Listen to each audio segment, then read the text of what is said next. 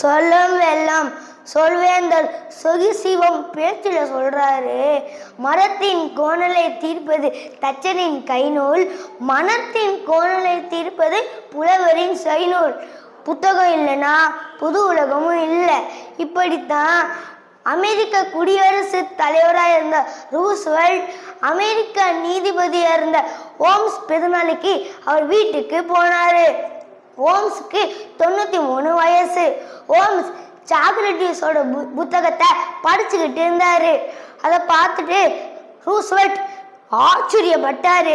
அப்போ ரூஸ்வெல்ட் கேட்டாரு, நீங்க ஏன் சாக்ரட்டிஸோட புத்தகத்தை படிக்கிறீங்க அப்படின்னு கேட்டாரு.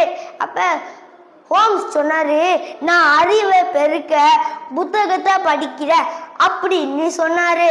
அதை கேட்டு ரூஸ்வெல்ட் வியந்துட்டாரு.